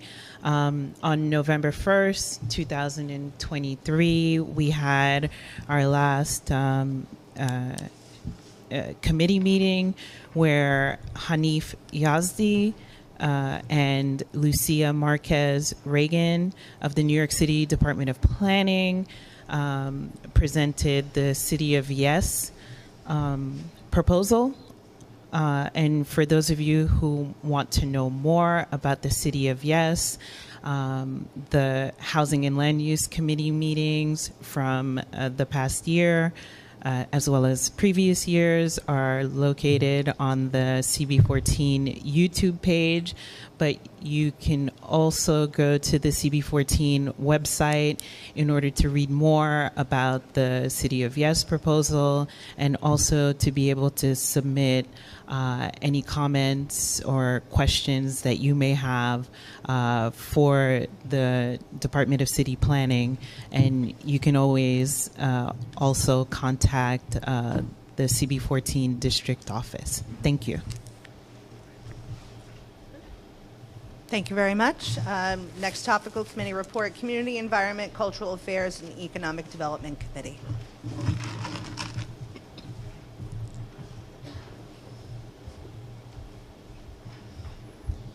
Good evening, everyone. Ed Sen, co-chair of the committee, along with Melissa. So our committee held our meeting last week on November 8th virtually. We had two presentations that came before the committee. The first presentation was on curbside composting, and Antonio Whitaker from DSNY provided an update and addressed any additional questions. So if you haven't received your brown bins for composting, you can request one online. There are also a number of events that DSNY is hosting throughout the city where you would be able to pick one up. Just briefly, there were reports of people losing their bins because they were stolen. You can also use your own bins so long as they're 55 gallons or under. In my case, my building has a very small bin, and we have over 100 units, so we will be utilizing additional bins, personal bins. Separately, there was a presentation from New Yorkers for Parks to support and maintain operations for city parks, and there was a request for a letter of support. Their goal was to have the city and have the mayor follow through on his campaign promise of providing New York City Parks Department 1% of the city budget. So if I could have make a motion to draft a letter of support for New Yorkers for Parks in support of this request, where they're asking for additional funding from the mayor and city council to ensure that we have the appropriate funding for parks in our district.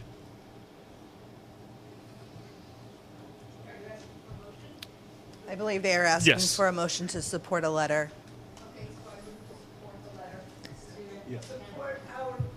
I second the motion. Okay. We'll do a show of hands, all those to support the motion for the letter. Anyone object? Anyone abstaining from voting? Anyone ineligible to vote? Thank you so much, and you got your letter. Yep. Oh, thanks.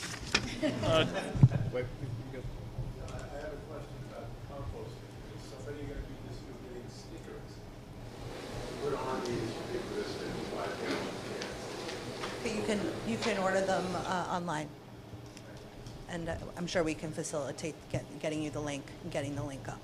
The office can also endeavor to get a big pile of them so that we can be a distribution because we have all the other stickers. So all the stickers. Just add to our sticker collection. And just really briefly, board member Nina Sabgir also shared with us just some tips and that she learned through Rad Academy. So thank you for that, and you can watch all that on YouTube as well. Melissa, do you have any things to add? Sure. Yeah, I think just as Sean mentioned earlier, we do have the town hall on flood mitigation that's happening tomorrow night. Flyers on the back table. So please come to that. Thank you both. Thank you. Next report is from Human Services Committee.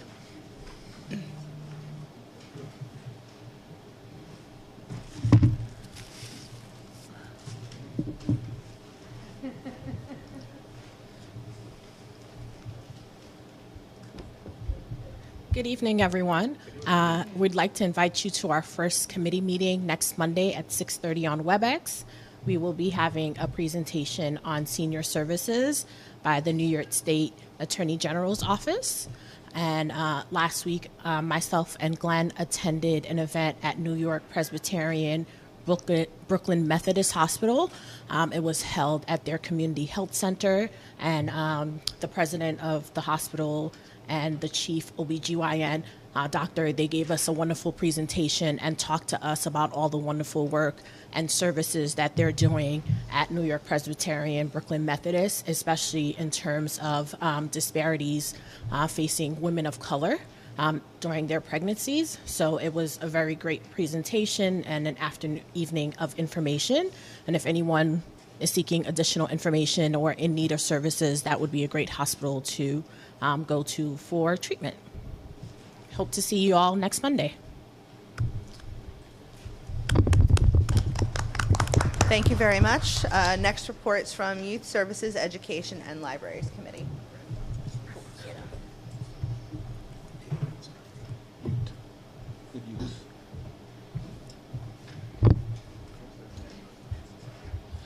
Good evening, everyone. My name is Eric Ost. I'm co-chair of the Youth Services Education Libraries Committee. This is a plug for our meeting. We have our meeting on Thursday, November 30th, after the holidays, 6:30 on WebEx. We're going to have a presentation from the YMCA's New Americans Initiative. They are committed to actively raising the quality of life for every immigrant and refugee, regardless of status in New York City. They do free services, learning opportunities, legal services, occupational skills training, case management support, English literacy classes, citizenship preparation courses, and more. So we'll have a presentation from them. And next up, we also have Katie King. She's the Director of Education and Career Services at NMIC. And they offer high-quality adult education classes as well as high school equivalency diplomas and young adult employment readiness training and career development for 16 to 24-year-olds, so for youth and young adults in the neighborhood. And all classes are free. So if you please come join our meeting and hear from them. And we'll also begin our preliminary planning for the youth conference. Thank you very much for that, Eric. So my name is Carl. I'm a co-chair. And so what I'm giving a recap on is one of our committee members, she went to an event on November 8th that was held by the SUNY Brooklyn Educational Opportunity Center. And from that point on, I'm going to give it the acronym BEOC. And it was a partnership meeting. So basically, the first thing is that this organization has an office in downtown Brooklyn. It's at 111 Livingston Street. The second thing is that this organization was founded in 1966, and they serve up to 1,600 students annually. And what they offer, very high level, it's tuition-free academic, career, and short-term training programs. So very high level, that's what they do.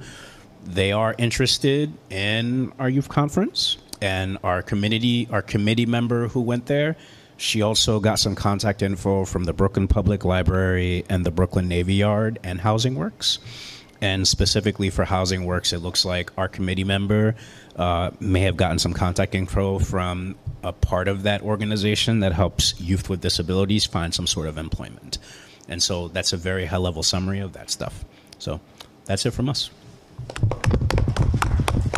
Thank you very much for your report. Last report from topical committees will be from the Transportation Committee.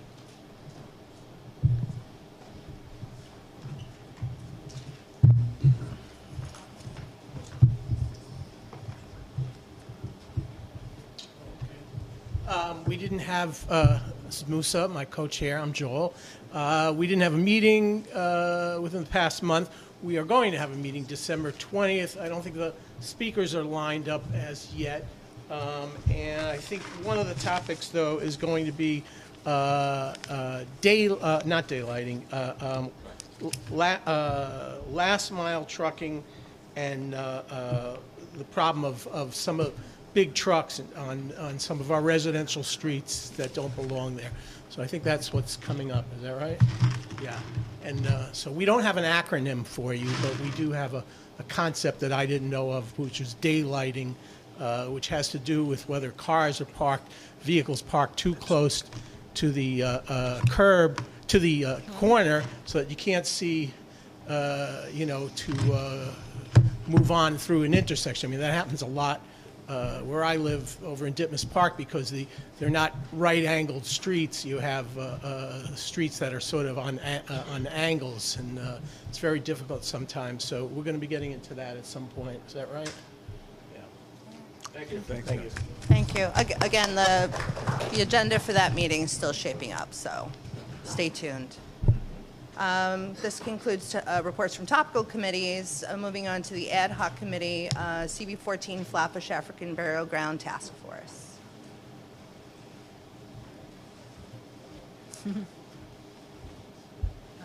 At this time, there's nothing to report on this task force. Thank you. Thank you very much.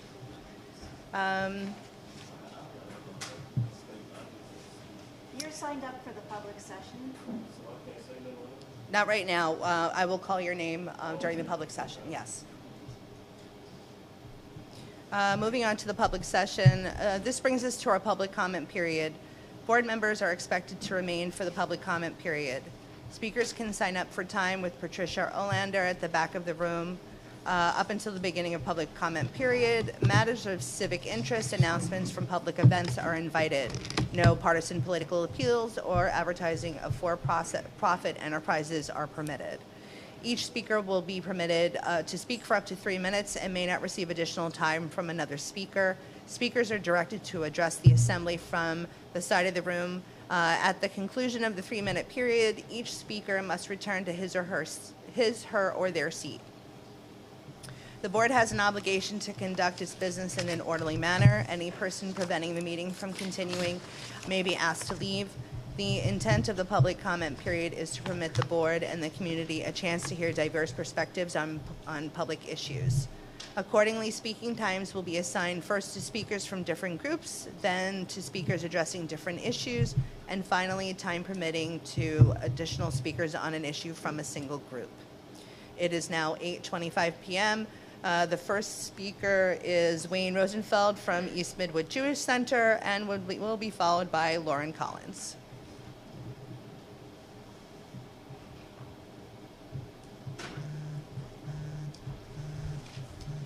Good evening, everyone. I hope everybody's doing good. Thank you, Wayne. Yep, you're good. I'll be extremely brief. As you could see from our banners and flags outside the building, East Midwood Jewish Center is now 100 years old. Wow. Yay! We are having a one-year celebration, a centennial, with many events. We just had a cookbook event yesterday. We had about 150 people in this room. We literally have about 100 pages of recipes. We had an event last month marking 100 years on the Bima of all different rabbis. And we're going to have many different events all throughout the year. The East Midwood Jewish Center is also a community center. We've been open to the community for over 100 years. We have many different, all walks of life coming into the building. We have a senior center. We rent the courts to basketball. We have a school building, but we also have many different events. We have people coming to us every month saying, can we use the space? And a lot of times we give the space for free. So if anybody ever needs to use our building, whether it's a rental or whether it's gratis, come see us, see me. I'm the executive director. But we're here for you, and we are a community. And thank you very much, and enjoy your evening. Thank you, Wayne. Next is Lauren Collins, and to be followed by Chris. Hello, good evening. I'm Lauren Collins from the Church Flatbush Community Alliance. Just want to announce we have a few events coming up, which I think I mentioned last time.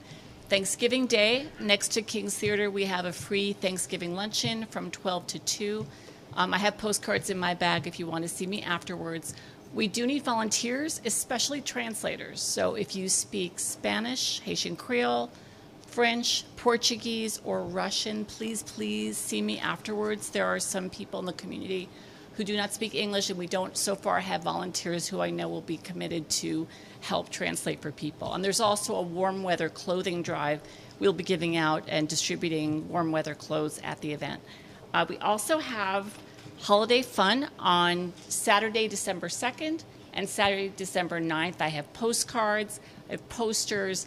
The first day we'll be caroling up and down Church and Flatbush Avenue with stops at different stores who are going to give us treats and cookies and all kinds of good stuff.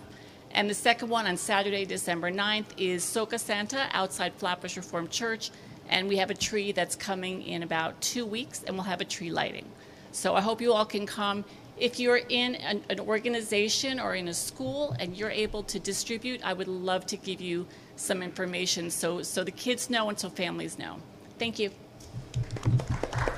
Thank you very much. Next will be Chris, and if you would please state your full name for the record when you get to the mic. Thank you.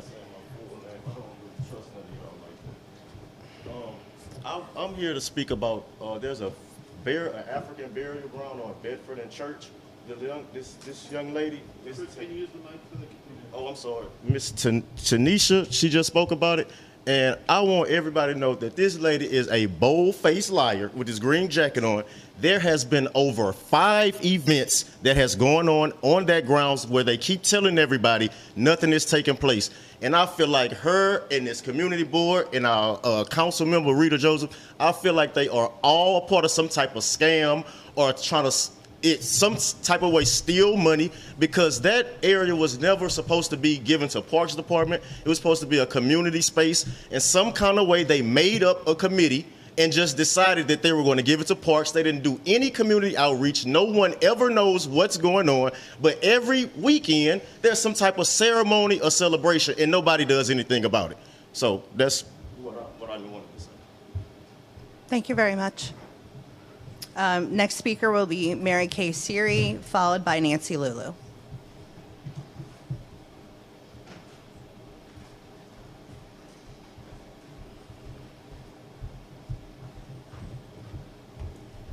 Hi, everybody. I'm just going to announce a few events that Assemblymember Carroll is either sponsoring or co-sponsoring. I'm going to do another plug for the town hall on flood mitigation tomorrow night at PS 217. And then I want to plug Rat Academy, which I heard mentioned. The Department of Health is running this. It's going to be on December 4th at the Brooklyn Public Library, the Central Branch at Grand Army Plaza.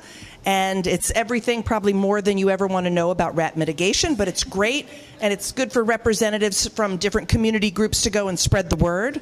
And then the final thing, on November 30th, Assemblymember Carroll is going to be offering the MetroCard van, which is a fabulous service. People love it. Everything you need to do with your MetroCard, questions you have about Omni.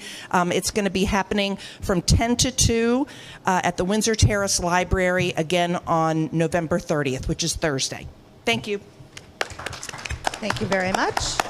Next speaker is Nancy Lulu, followed by our representatives from the Brooklyn Public Library. Good evening, everyone. Hope everyone's doing well. I would like to start off by extending greetings on behalf of Brooklyn District Attorney Eric Gonzalez to everyone. I also wanted to share that November 4th, we held a catalytic converter theft prevention event, which was very successful. We held it with the NYPD and a senator out of the district. Over 120 vehicles actually took part of this event, where they had their catalytic converters etched with a unique serial number. So that was a great event. I want to thank the NYPD for their continued partnership. Additionally, if you or someone that you know has been a victim of a hate crime, please call our Hate Crimes Bureau at the DA's office. We have a phone number there. It's 718-250-4949. If there's anything you would like to address with our office, we have an action center. Please call. The number there is 718-250-2340. I also would like to extend my best wishes for the upcoming holidays. Happy Thanksgiving.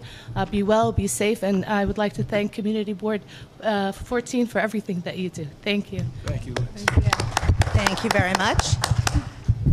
Next speaker is Jay Taubin and Antonia Bramble. Are you both from the same branch? Okay, great, because sometimes, I want to make sure you all get your 3 minutes.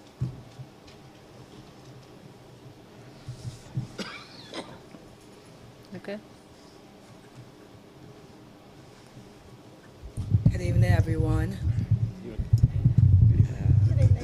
My name is Antonia Bramble, and I just want to introduce Jay Taubman, who is our newly appointed Assistant Branch Manager at the Cotellieu Library.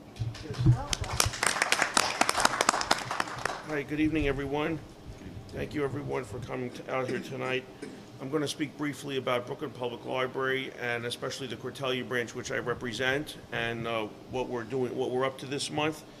Since the merger of the Brooklyn Historical Society with the establishment with Brooklyn Public Library and the establishment of the new Center for Brooklyn History at BPL, BPL now manages the completely free NYC History Day competition for grades 6 to 12 across the entire city. Enrollment in the competition for students to submit original research opens in January, but we're currently hosting workshops for both students and teachers to get ready. This month, Brooklyn Public Library opened its 5th Teen Tech Center around Brooklyn. These 5 centers have dedicated hours after school each day where teens can experiment with time-tested and the latest technology. The 5 branches that have Teen Tech Centers are Adams Street, Bay Ridge, Saratoga, Crown Heights, and Kings Highway. There are spaces for teens 13 to 18 to be creative, learn at their own pace, socialize with their peers, meet professionals in the field of tech, and acquire skills for college and careers. Brooklyn Public Library's Business and Career Center at Central Library offers tech help for your job search and resume and career help 3 days a week at Central Library. Job seekers who may be lacking the digital skills can learn how to fill out online job applications and update their resumes.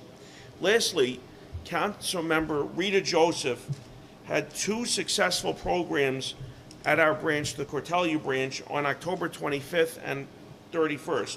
We want to thank Councilmember Joseph for being there for the community. There are flyers about our Brooklyn Public Library programs at the back table. And last but not least, I would like to wish everyone on behalf of the branch and myself and Brooklyn Public Library a happy Thanksgiving and a happy holidays. Thank you. Thank you very much. Next speaker is Anderson Fiseni. How'd I do with the pronunciation? Yes. Followed by Abraham Malikowski. Greetings, Community Board 14. State Senator Myrie sends his hello and wishes everyone here at the Community Board a very happy holiday season, happy Thanksgiving. We have 2 events coming up. We're having our annual Turkey Harvest Fest giveaway. That will be this Saturday, November 18th. We're going to do it block party style. It's taking place on Lincoln Road between Nostrand and New York. Lincoln Road between Nostrand and New York, starting at 1 p.m. to 4 p.m. Come get your turkeys and fresh produce. First come, first serve. On December 7th, we will be hosting a senior resource fair that's going to be taking place at the Lenox Road Baptist Church, 1136 Nostrand Avenue between Midwood and Rutland. 1136 Nostrand Avenue between Midwood and Rutland, the Lenox Road Baptist Church. That's taking place from 11 a.m. to 3 p.m. Our office is located at 1077 Nostrand Avenue. We are open to constituents by appointment only. The hours are 10 a.m. to 5 p.m. Our phone number is 718-284-4700, 718-284-4700. Happy Thanksgiving, folks. Happy Thanksgiving. Thank you very much. Next speaker is Avraham Malachowski, followed by Eileen Mulaney-Newman. Good evening, everybody. My name is Avraham. I'm representing Councilmember Farrah Lewis. I'd like to start off by hoping that everybody had a peaceful and meaningful Veterans Day weekend. Over the past month since the last meeting, Councilmember Lewis hosted her annual Take a Stand series. This series consisted of self-defense and fitness training, and the event is created to bring awareness to both gender-based and domestic violence.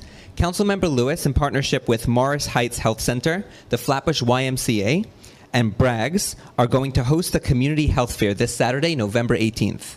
This fair will include things such as free COVID shots and free flu shots, free screenings for blood pressure, diabetes, and cholesterol, free CPR training, free Zumba, spinning, and soca dance classes, and much, much more. Councilmember Lewis visited Midwood High School to witness the Cafeteria Enhancement Experience project.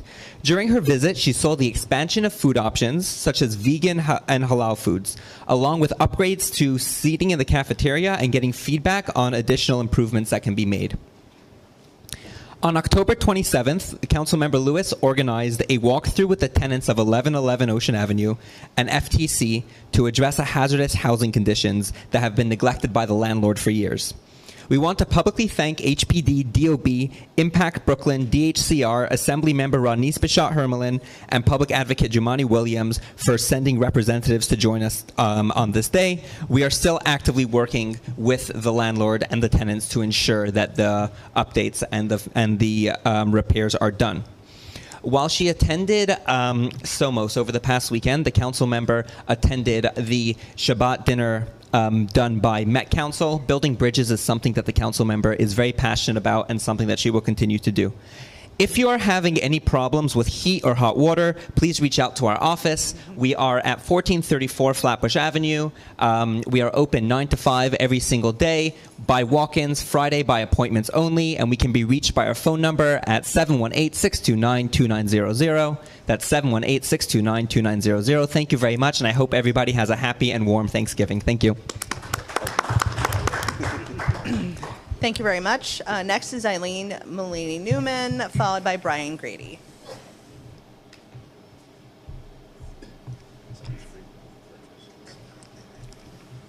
Hi, good evening, folks. It's that time of year again. Community board applications will open up on November 15th and close on February 19th. Applications will be on the BP website, which is brooklynbp.nyc.gov.